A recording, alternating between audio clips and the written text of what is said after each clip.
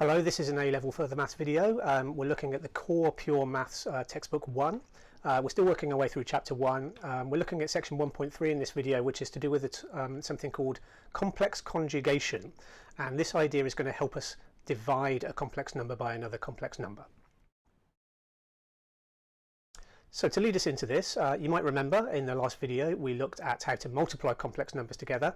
I've got a question on the screen there which I'm going to ask you to pause the video and do right now, just to remind ourselves about how we multiply complex numbers together. So give that one a go, pause the video and restart when you're ready.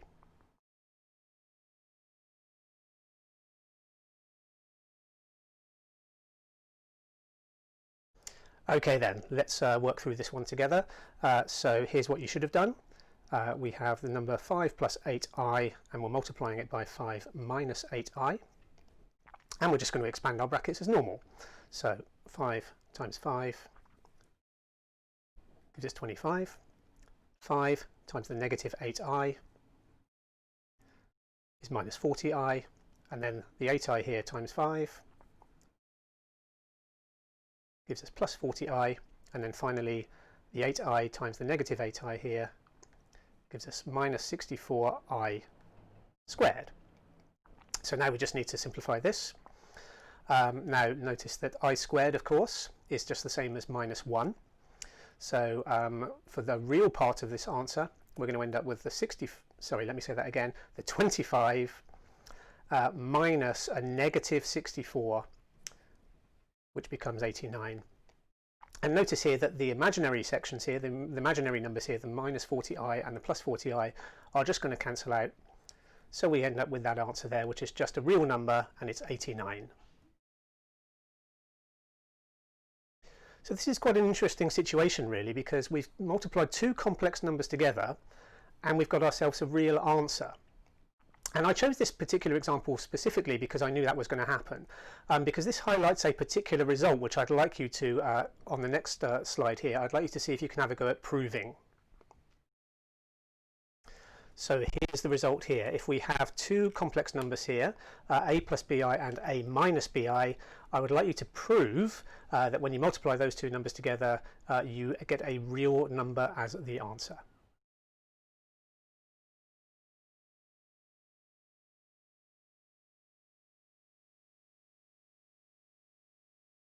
Okay, how did he get on with this? Well, it worked very similarly to the previous question we just did, except this time we've just got these algebraic terms here. So let's just quickly work through and make sure that we know what's going on here. If we were to expand out our brackets, we would end up with this. A times a squared. A times the minus bi becomes minus abi. The bi here times the a becomes plus abi, and then the bi here times this minus abi, let me say that again, the bi times the minus bi here becomes a minus b squared I squared. Okay, and you can see what's going to happen here. The imaginary bits here, these I terms, are going to cancel each other out. And then the I squared, of course, is a real number because I squared is just negative 1. So the whole thing just simplifies to a squared plus b squared. And of course, because a and b are real numbers, then a squared and b squared must be real numbers, and so we must end up with a real number. Now this is actually a really important result for us, because if we've got a complex number and we want to, for whatever reason, find what to multiply it by to end up with a real answer, then here's what we can do. We can just take the same complex number, but we can just change the sign of the imaginary part of that complex number. So here we had an a plus bi, and if we multiplied that by a minus bi, we ended up with a real number answer. So here's a question for you to think about right now. This is a very quick question. If you've been paying attention to what we've been doing so far in this video, you should be able to immediately say what the answer is, but give this a go, pause the video if you need to, and restart when you've got an answer.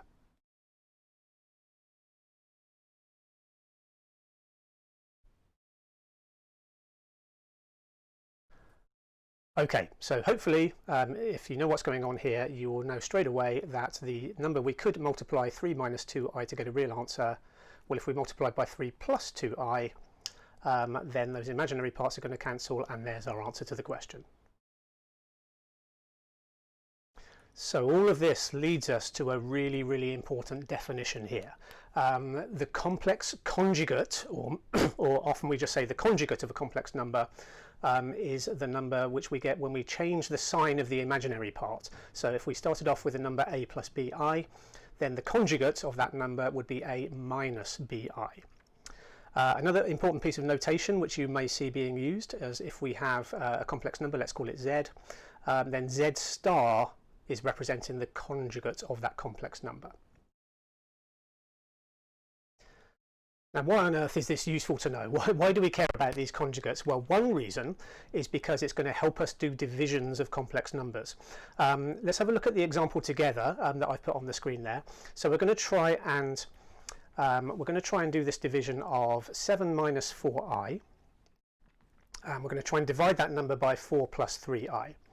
Now, the problem we've got is that the denominator here, excuse me, the denominator of our fraction here is a complex number. It's got a real part and it's got an imaginary part, and we can't really simplify that. So when we're trying to do divisions, well, that doesn't really work very easily for us. If we could find a way to make this number on the bottom of the fraction here just a purely real number, then we could deal with things a lot more easily. And this conjugate is how we do that. So here is the trick. What I'm going to do is I'm going to take this fraction and I'm going to multiply top and bottom of the fraction by the conjugate of that denominator. In this particular case, that would be 4 minus 3i. So let's do that on the top as well. So we know this is going to give us an equivalent fraction, because we know when we multiply top and bottom by any number, we end up with an equivalent fraction, as long as we do it to both. So let's just quickly work through and expand what we are going to end up with in this situation.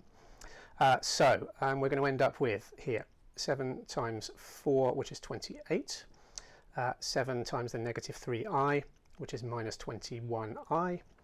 Then we got minus 4i times 4, which is minus 16i, and then we've got the minus 4i times the minus 3i becomes plus 12i squared, and then in the denominator 4 times 4 is 16, 4 times minus 3i is minus 12i, 3i times 4 is plus 12i, and then the 3i times the negative 3i gives us minus 9i squared here, and you can see that we're going to end up with that real number on the bottom of the fraction because of this property of multiplying a complex number by its conjugate.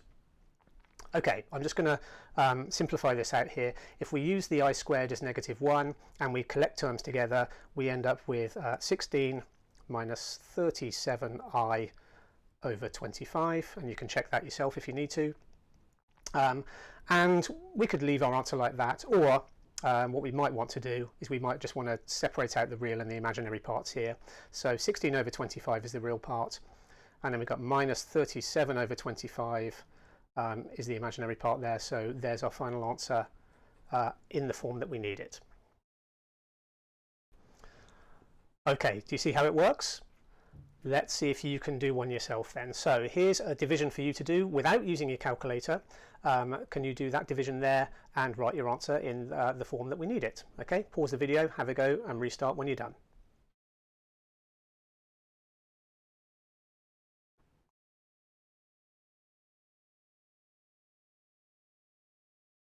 Okay, let's work through this one together then. So here's the question. We need to do this division. What we're going to do is we're going to multiply the top and the bottom of the fraction by the conjugate of the denominator. So here the 1 minus 3i is going to become a 1 plus 3i when we take the conjugate. Multiply top and bottom of the fraction by that. And what you should have ended up with here is you should have ended up with these terms here in the numerator. Okay, and then the denominator becomes this. Now when you get good at this, you might find that you don't need to write down all of the numbers, all of the working. You can just get your answer a bit more quickly. But if we just simplify that, we end up with minus 3 plus 11i all over 10. And of course I could write that by separating out the real part and the imaginary part like this.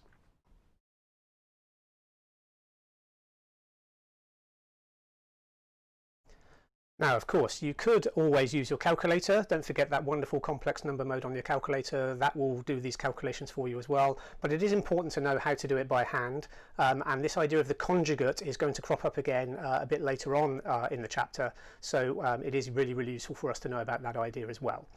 Okay, but we've reached the end of the video. So if you want to do some consolidation and some practice questions to make sure you get really, really good at this, then exercise D in the textbook is where you need to go to. Other than that, though, I'll see you next time.